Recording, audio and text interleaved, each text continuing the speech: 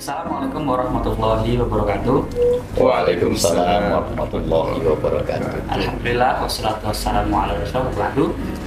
Teman-teman mahasiswa FTIK UIN Salatiga yang berbahagia, pada kesempatan kali ini Dema Fakultas Tarbiyah dan Ilmu Keguruan 2025 mengadakan program kerja podcast Talk yang nanti berguna atau bertujuan untuk menjelaskan mengenai hal-hal yang mengenai FTIK kepada mahasiswa di FTIK maupun calon mahasiswa baru yang nanti akan melanjutkan studinya di Fakultas Tarbiyah dan Ilmu Keguruan. Nah, perkenalkan saya Aditya Faris Wijaya sebagai moderator pada podcast kita kali ini, dan pastinya saya juga dibersamai oleh tokoh di Fakultas Tarbiyah dan Ilmu Keguruan. Beliau adalah Profesor Dr. Rasimin MPD selaku Dekan Fakultas Tarbiyah dan Ilmu Keguruan, dan juga Bapak Nurwanto SPD MPhum PhD selaku Wakil Dekan Bagian Administrasi Umum Perencanaan dan Keuangan. Mungkin Bapak Dekan bisa memperkenalkan diri juga agar nanti mahasiswa FTIK itu lebih mengenal dan lebih terasa dekat dengan Bapak. Silakan Pak. Terima kasih. Assalamualaikum warahmatullahi wabarakatuh. Waalaikumsalam.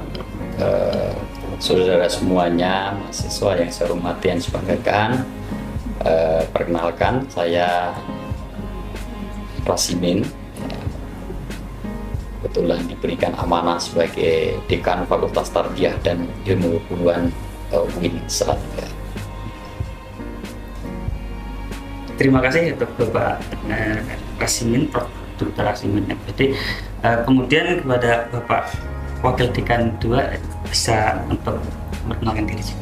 Baik, terima kasih. Assalamualaikum warahmatullahi wabarakatuh. Waalaikumsalam. Ya, teman-teman semuanya, perkenalkan saya Nurwanto, namanya Jawa sekali ya. Nurwanto. Saya diamanai untuk membantu Pak Dekan untuk urusan administrasi umum, perencanaan dan keuangan, ya. Gitu. Terima kasih Bapak Wakil Dekan 2. Selanjutnya langsung saja mengenai pertanyaannya dulu. Yang pertama kepada Prof. Dr. Rasim MPD selaku Dekan Fakultas Tarbiyah dan Ilmu Keguruan.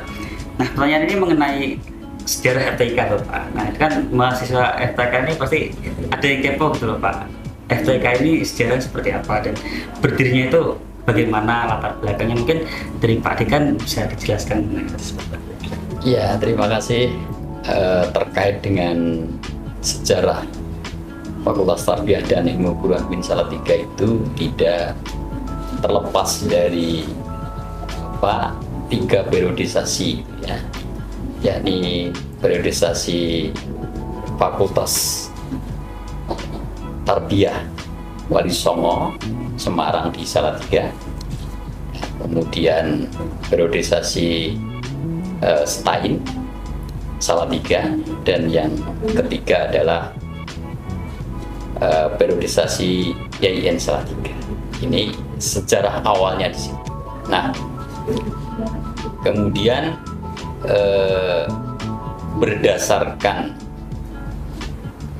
peraturan presiden, atau kita baca secara detail nomor 11 tahun 1997, fakultas yang berada di daerah itu ditetapkan untuk berdiri sendiri menjadi Sekolah Tinggi Agama Islam Salatiga. Nah, itu periodisasi yang pertama. Kemudian sejalan dengan perjalanan waktu, ya kira-kira kalau kita lihat itu ya 14 sampai 15 tahun perjalanan itu. Kemudian kan sudah ada waktu itu Stein. Stein saya sudah ada. Nah, dan kebetulan saya kaprodi PAI sehingga membaca dan membuat sejarah pada waktu itu sehingga paham betul kan. Ya, saya masih ingat. Kemudian pada tahun berdasarkan peraturan presiden nomor 143 tahun 2014, Stein itu beralih bentuk menjadi YIN Salatiga. Nah, menjadi YIN Salatiga. Nah, dari situlah akhirnya adanya Fakultas Tarbiyah dan Ilmu Keguruan berdasarkan peraturan presiden nomor 143 tahun 2014 tersebut. Nah, muncul beberapa fakultas. Satu di antaranya adalah Fakultas Tarbiyah dan Ilmu Keguruan UIN Salatiga. Ini periodisasi yang kedua. Kemudian periodisasi yang ketiga adalah berdasarkan Peraturan Presiden tahun 88 nomor 88 tahun 2022, alih bentuk dari IAIN menjadi UIN Salatiga. Nah, dari situ akhirnya Fakultas Tarbiyah dan Ilmu Keguruan UIN Salatiga itu betul-betul menjadi fakultas tetap ya setelah 3 periodisasi itu. Jadi Wali Songo, Fakultas Tarbiyah Wali Songo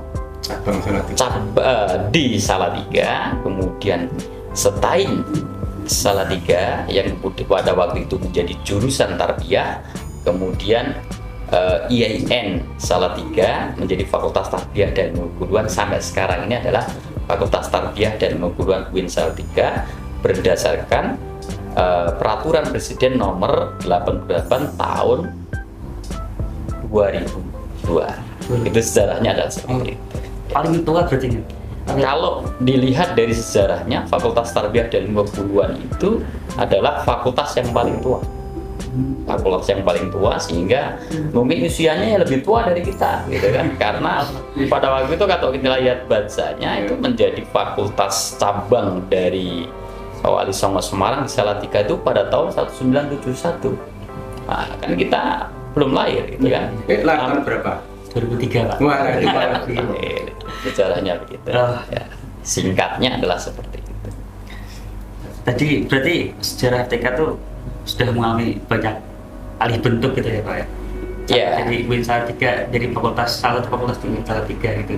Ya, ini karena terkait dengan sebuah perkembangan ya, perkembangan peraturan presiden tersebut, kemudian kebutuhan masyarakat yang ada di Salatiga dan sekitarnya, maka secara otomatis yang dulu hanya sebagai cabang, kemudian istilahnya adalah berdiri sendiri, punya kewenangan untuk mengembangkan fakultas sendiri, gitu kan? Fakultas sendiri. Apalagi sekarang ini sudah menjadi UIN, sudah barang tentu kita punya kewenangan tersendiri dalam mengatur rumah tangga untuk pengembangan Fakultas Tarbiyah dan Ilmu Keguruan Salatiga tersebut. Mengenai visi FTIK itu Pak, kan visinya itu kan menjadi pusat unggulan moderasi Islam ya Pak, dan peloporan pendidikan bidang sains, teknologi dan seni pada tahun 2045. Nah, dari Bapak itu apa sih strategi yang mungkin akan Bapak gunakan untuk mencapai visi FTIK tersebut Pak? Ya, kalau berbicara tentang strategi untuk mewujudkan visi Fakultas Tarbiyah dan Ilmu Keguruan yang bunyinya adalah menjadi pusat unggulan moderasi Islam, peloporan pendidikan bidang sains, teknologi dan seni untuk peluruhan martabat kemanusiaan tahun 2024 itu, strateginya sudah barang tentu tidak akan lepas dari 2045 ya, peluruhan martabat tahun 2045 itu strateginya sudah barang tentu kita tidak lepas dari apa yang disebut dengan istilah Tridharma perguruan tinggi itu, yaitu bidang pendidikan, penelitian dan pengabdian masyarakat. Bidang pendidikan misalnya yang harus kita lakukan adalah kita harus memiliki bangunan keilmuan ya. Bangunan keilmuan tentang moderasi Islam. Ini yang harus kita lakukan. Kapan itu dilakukan bangunan keilmuan ini? Kalau kita berdasarkan rencana induk pengembangan itu, bangunan keilmuan dilakukan pada tahun 2019 sampai tahun 2024. Ini adalah membangun keilmuan moderasi Islam ya. Kalau kita larinya adalah ke pendidikan, ya sudah barang tentu moderasi Islam itu diintegrasikan dengan kurikulum. Kurikulum mana? Kurikulum Fakultas Tarbiyah dan Ilmu Keguruan ini yang strategi yang pertama yang harus dilakukan. Jadi artinya ini menjadi titik poin pertama. Kemudian yang kedua adalah dalam bidang penelitian ya. Bidang penelitian itu ya mungkin penelitian-penelitian yang dilakukan oleh dosen itu larinya juga harus tidak lepas dari moderasi Islam dan pendidikan. Ini yang harus dilakukan. Mungkin yang ketiga terkait dengan pengabdian ya. Pengabdian itu juga seperti itu. Bagaimana dosen-dosen dan mahasiswa itu terlibat aktif berperan aktif dalam rangka untuk melakukan pengabdian kepada masyarakat, terutama sekali adalah bagaimana mewujudkan sebuah literasi moderasi Islam itu. Ini yang harus dilakukan adalah seperti itu. Dan saya yakin teman-teman mahasiswa juga sudah melakukan itu, walaupun kadang-kadang tidak disadari bahwa itu sudah dilakukan, bagaimana mengembangkan moderasi Islam. PNTS itu kan ada program mengajar di TPA, itu bagian dari itu Pak ya. Tadi kan mengenai pengintegrasian nilai Islam moderat itu ya Pak, dalam HMS juga ada, tadi sudah Bapak sebutkan. Nah, bagaimana sih Pak FTIK itu mengintegrasikan nilai-nilai Islam moderat dalam penyelenggaraan pendidikan itu? Ya, yang pertama sudah barang tentu yang kita katakan tadi, bagaimana mengintegrasikan moderasi Islam ke dalam kurikulum. Artinya adalah sebaran mata kuliah yang ada di Fakultas Tarbiyah dan Ilmu Keguruan itu harus mendorong dan bermuatan tentang Islam moderat, gitu kan. Kita lebih mementingkan pada persoalan musyawarah daripada persoalan-persoalan yang menimbulkan konflik, gitu kan. Ini yang harus dilakukan. Bagaimana caranya? Caranya ya kita berikan sebuah pelatihan kepada dosen selaku pemegang mandat mata kuliah untuk mensosialisasikan dan menyampaikan materi itu kepada mahasiswa. Kita kuatkan pelatihan dosennya tersebut dalam rangka untuk penguatan moderasi Islamnya. Itu. Kemudian mengenai program studi di FTIK Pak, nanti kan target penonton juga kan mungkin dari calon mahasiswa baru gitu Pak. Nanti bisa Bapak jelaskan atau sebutkan program studi yang ada FTIK untuk saat ini, bisa mungkin kumpulannya juga tahu hal-hal yang ada di prodi juga gitu Pak. Ya. Berdasarkan perjalanan panjang di Fakultas Tarbiyah dan Ilmu Keguruan itu, Fakultas Tarbiyah dan Ilmu Keguruan itu mengelola 10 program studi. Ada program studi yang paling tua, ya, yang paling tua adalah PAI, ya, Pendidikan Agama Islam, ini yang paling tua. Dengan kalau kita lihat peringkat akreditasinya adalah A. A itu ya kalau di Lamdik setara dengan unggul, gitu ya, setara dengan unggul itu. Kemudian program studi yang kedua, yang ini basisnya juga sejak menjadi cabangnya Fakultas Tarbiyah Wali Songo di Salatiga, itu adalah pendidikan bahasa Arab yang akreditasinya dengan peringkat baik sekali, gitu kan. Kemudian yang ketiga adalah program studi pendidikan tadris bahasa Inggris, ya, TBI, dan ini baru reakreditasi. Kita sudah dilakukan asesmen lapangan akreditasi tadris bahasa Inggris, dan semoga saja, mohon doanya teman-teman semuanya akan mendapatkan hasil yang unggul. Amin. Karena inilah yang menjadi harapan dari masyarakat secara luas, terutama sekali adalah mahasiswa yang saat sekarang ini sedang belajar. Sehingga dengan akreditasi unggul ini, nanti fakultas program studi tadris bahasa Inggris juga bisa melakukan pengembangan program studi ini secara unggul juga. Ini yang ketiga. Kemudian yang keempat ada tadris IPA, ya, dengan akreditasi itu ya baik sekali, tadris IPA. Kemudian muncul lagi program studi tadris matematika. Insya Allah saat sekarang ini sedang reakreditasi, yang saat ini posisinya adalah baik sekali akreditasinya, tapi insya Allah dalam kurun waktu yang tidak lama kita akan dilakukan asesmen lapangan. Kemudian ada program studi BKPI, ya, BKPI dan bimbingan konseling pendidikan Islam. Nah, bimbingan konseling pendidikan Islam ini akreditasinya adalah baik sekali. Kemudian ada pendidikan anak usia dini, ini pendidikan Islam anak usia dini, ya. Ini kalau orang tua kan kadang-kadang lupa juga kan, ya. Pendidikan Islam anak usia dini, akreditasinya adalah unggul. Kemudian ada PGMI, pendidikan guru madrasah ibtidaiyah, ini akreditasinya A, ya, setara dengan unggul lah kalau di Lamdik sekarang ini, dan insya Allah juga akan melakukan reakreditasi. Kemudian yang terakhir itu bukan terakhir ini, ya, ada program namanya adalah pendidikan profesi. Nah, pendidikan profesi itu antara S1 dan S2. Dia masuk ke level 7 ya. Profesi itu ya akreditasinya sekarang ini adalah unggul. Ini syarat untuk menjadi guru ya. Syarat untuk Menjadi guru profesi. menjadi guru yang profesional itu harus mengikuti program pendidikan profesi itu. Dan alhamdulillah kita di Fakultas Tarbiyah dan Keguruan UIN Salatiga ini ditunjuk sebagai penyelenggara pendidikan profesi. Dan yang selain 10 program studi tersebut itu juga kita memiliki paling mudah Sendata. Oh, Sendata ada ya. Kita ada juga Sendata yang juga di Fakultas Tarbiyah dan Keguruan. Walaupun dari sisi keilmuan itu mestinya nanti akan digabungkan dalam Fakultas Sains dan Teknologi ketika fakultas sudah ada. Tapi sebelum ada yang masih berada di naungan Fakultas Tarbiyah dan Ilmu Keguruan. Tapi ada program yang paling menjadi unggulan bagi kita, yaitu program khusus kelas internasional. Nah, ini yang menjadi program unggulan bagi Fakultas Tarbiyah dan Ilmu Keguruan. Baik, terakhir Bapak pada perhatikan bagaimana FTIK UIN Salatiga ini memastikan bahwa mutu pendidikannya itu selalu terjaga.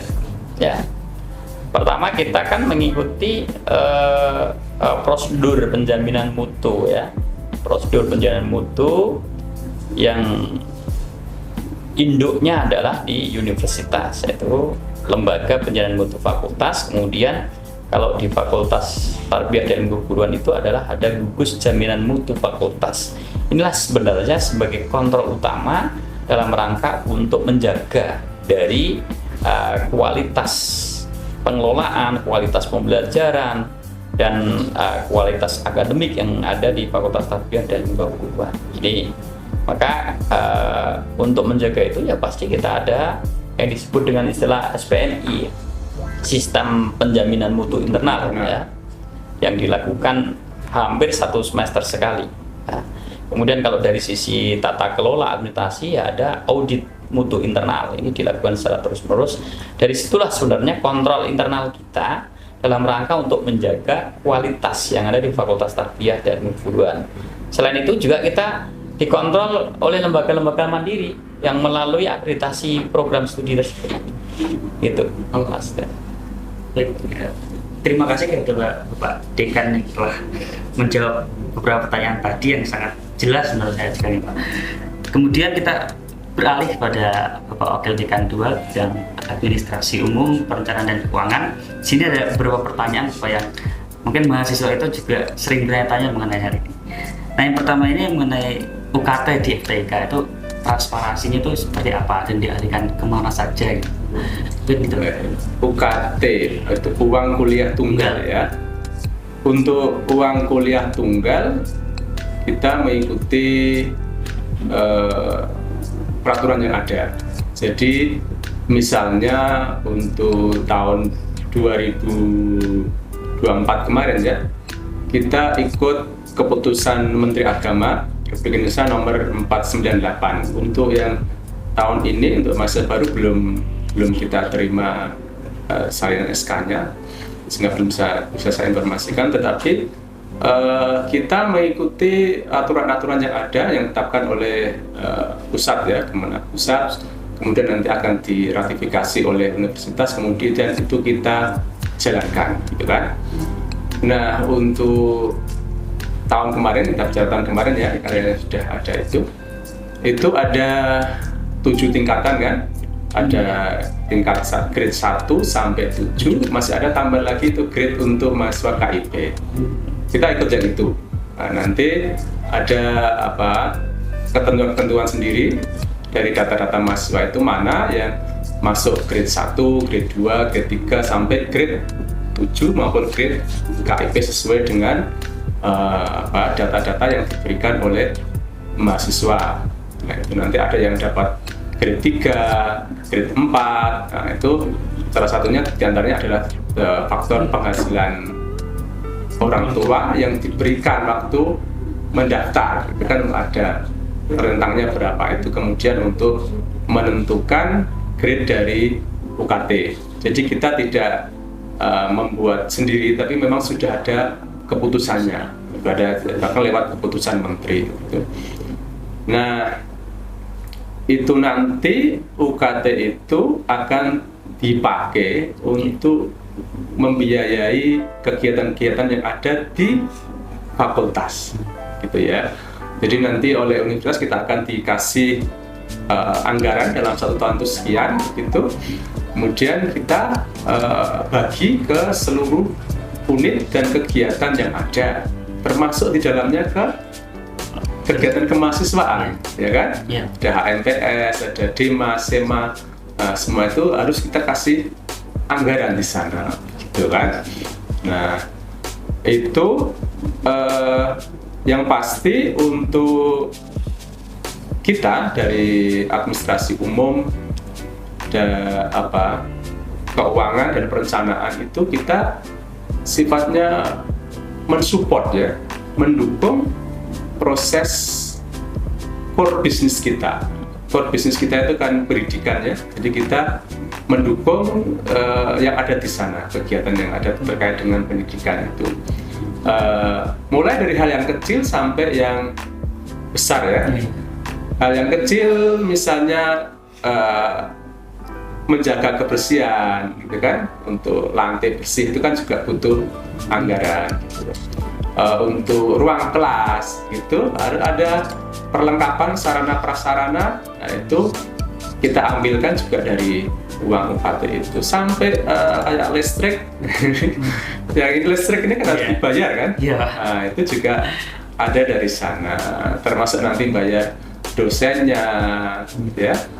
Membayar tendik ya, ada tendik itu di tempat kita ada namanya tendik, itu namanya tenaga kependidikan. Itu teman-teman kita ya, Bapak Ibu yang mendukung proses terjadinya ini pembelajaran itu ya, mulai dari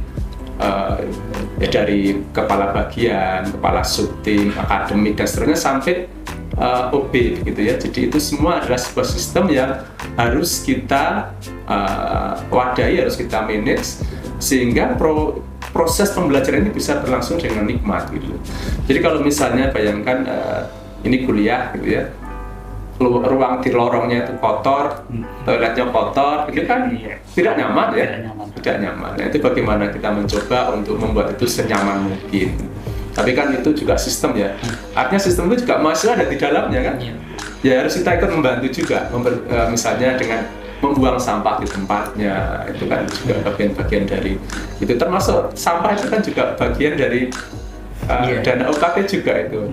Jadi termasuk yang lebih besar, misalnya ada kegiatan praktek lapangan PLP ya, praktek pembelajaran lapangan itu kan juga diambilkan dari sana juga gitu ya. Misalnya kemarin kita ada mahasiswa, kita berikan pelatihan KMD Pramuka, itu juga diambilkan dari sana. Jadi semua itu dari anggaran yang ada kita alokasikan ke unit-unit dan juga kegiatan yang ada di sana. Baik, kemudian mengenai ini Pak, banding UKT. Iya. Mahasiswa kan juga banyak bertanya lagi, juga kepo gitu mengenai banding UKT ini, syaratnya, alurnya, terus tentuan itu sebenarnya seperti apa gitu. Iya. Pada prinsipnya untuk UKT maupun di dalamnya banding itu ya, kita ikut aja aturan yang ada. Kalau ada itu kita laksanakan, kalau tidak ada ya kita tidak berani mengumumkan gitu.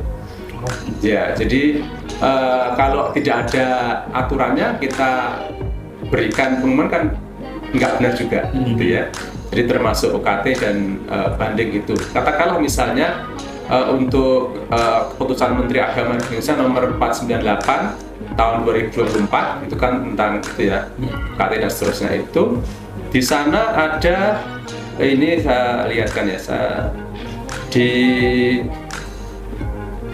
pasal ke-4 misalnya itu ada pasal mengatakan mahasiswa yang melebihi semester 12 berarti semester 13 itu ya ini bagian dari banding kan, mendapatkan potongan 50% dari UKT.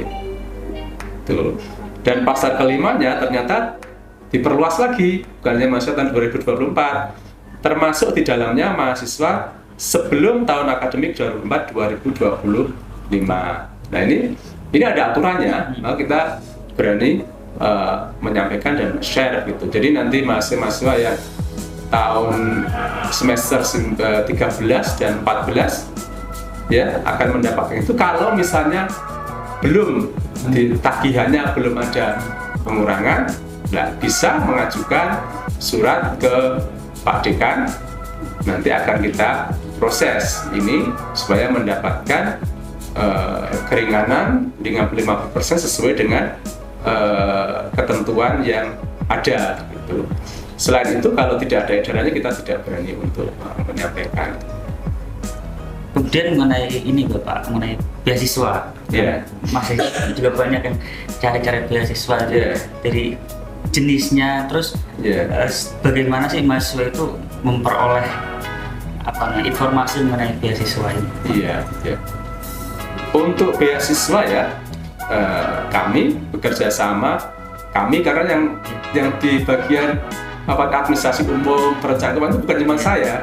Di bawah ada banyak kan ya, ada ibu kepala bagian, ibu ada kasubtim, ada tim banyak gitu ya. Sampai OB itu adalah tim kita gitu. Jadi kami bekerja sama dengan Wadek 3 ya untuk ini mensosialisasikan, menyeleksi dan menentukan beasiswa itu gitu ya.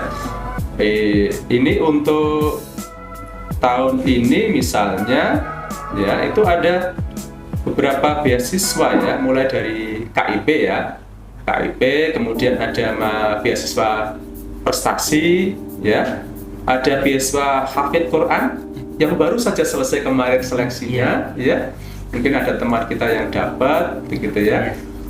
Terus yang terakhir ini belum ada pengumumannya, itu adalah beasiswa Bank Indonesia. Itu beberapa beasiswa yang tersedia kan begitu. Terus bagaimana mahasiswa bisa mendapatkan informasi itu gitu. Ya ini mahasiswa harus aktif mengakses web universitas gitu. Jadi di samping itu kita kadang-kadang juga memberikan informasi ya, semua informasi kan sering kita share di grup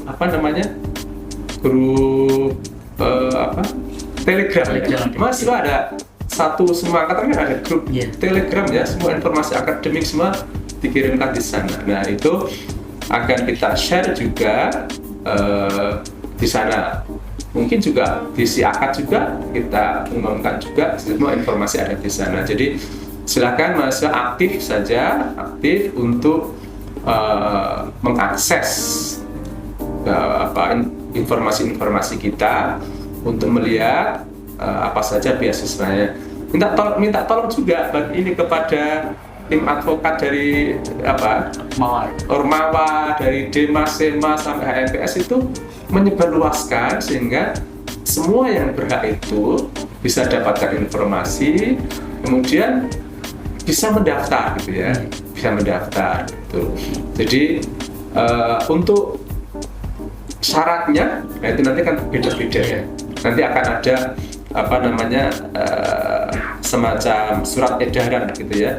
Misalnya kemarin yang dari beasiswa BI, nah itu seleksi beasiswa Bank Indonesia itu kan sudah ada ketentuan atau edaran dari universitas gitu ya. Dan di sana sudah akan dilengkapi dengan syaratnya, kemudian caranya, kapan daftarnya, bagaimana itu ada di sana gitu.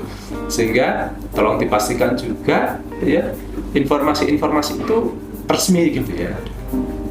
Dari Ormawa juga membantu melakukan klarifikasi apakah ini memang betul ataukah tidak, jangan sampai keliru gitu ya.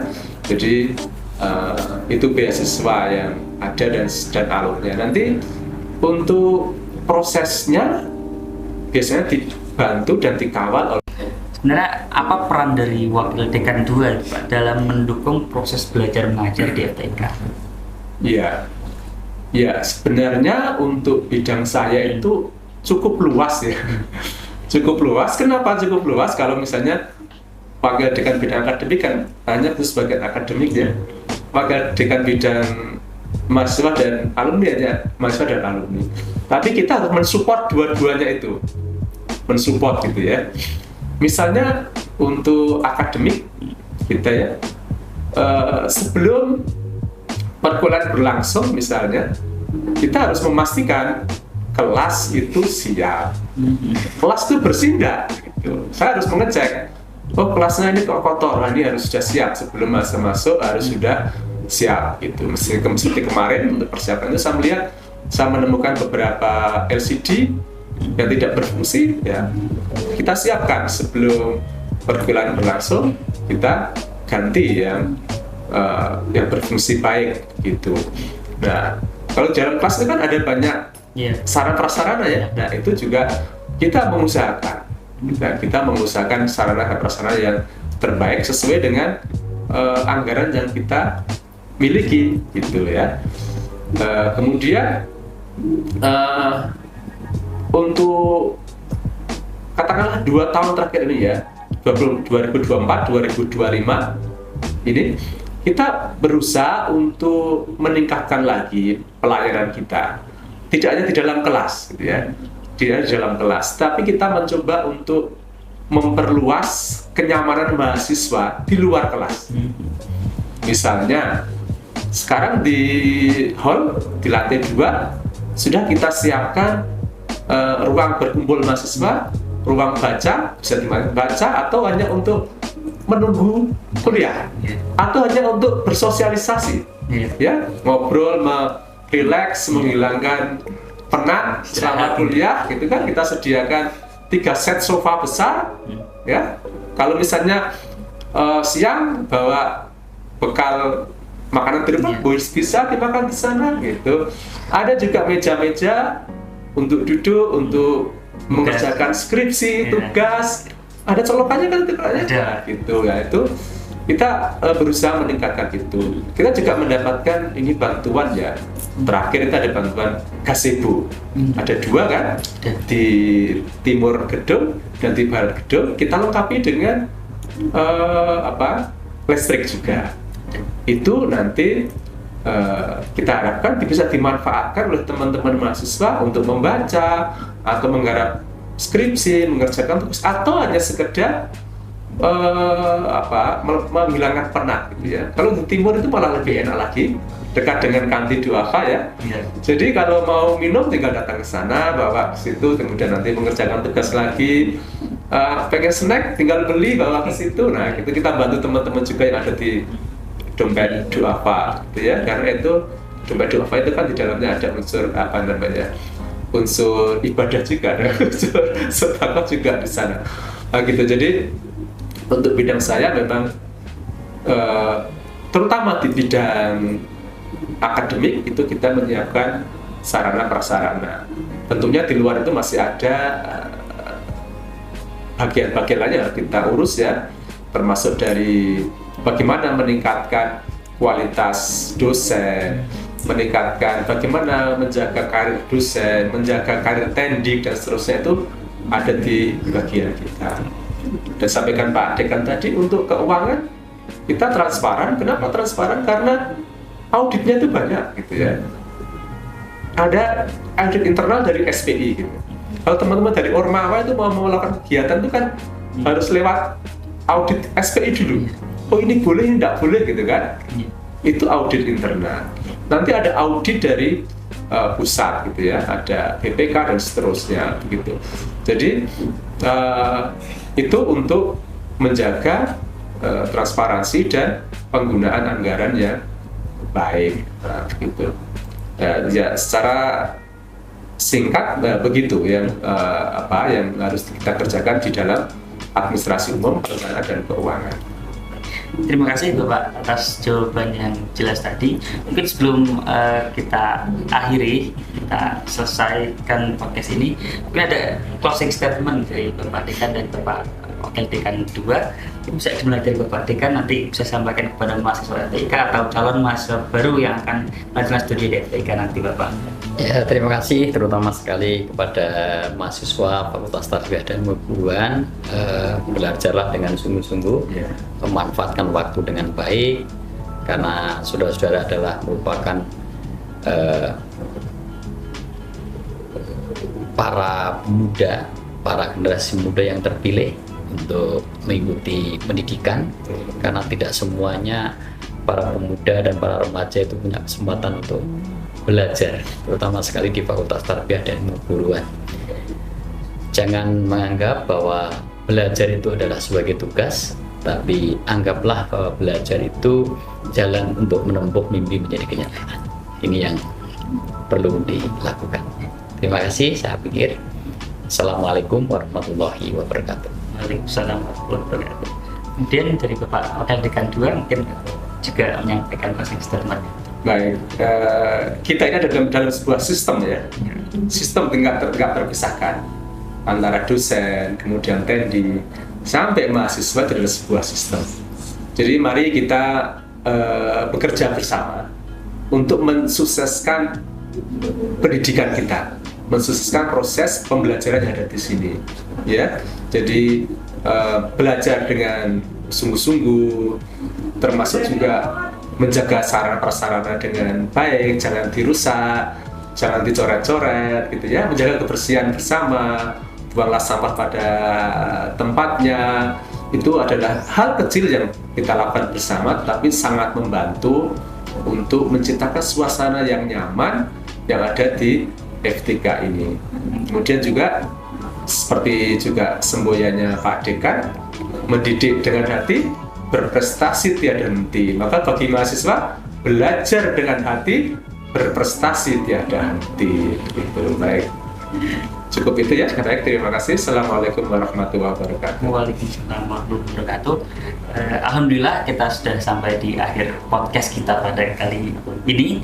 Saya sebagai moderator mohon maaf kepada Bapak Dekan dan juga kepada Wakil Dekan 2 jika dalam menyampaikan, bertanya atau berperilaku terdapat kesalahan, kekurangan maupun kehilafan. Saya juga berterima kasih atas kedatangan Bapak di podcast yang diadakan oleh Dima Fakultas Tarbiyah Ilmu dan Ilmu Keguruan pada kali ini. Juga kepada teman-teman mahasiswa FTIK, jangan lupa untuk terus tonton, terus ikuti media sosial FTIK maupun Dema FTIK Win Salatiga. Saya Alidya Faris Wijaya pamit undur diri. Wassalamualaikum warahmatullahi wabarakatuh. Waalaikumsalam warahmatullahi wabarakatuh.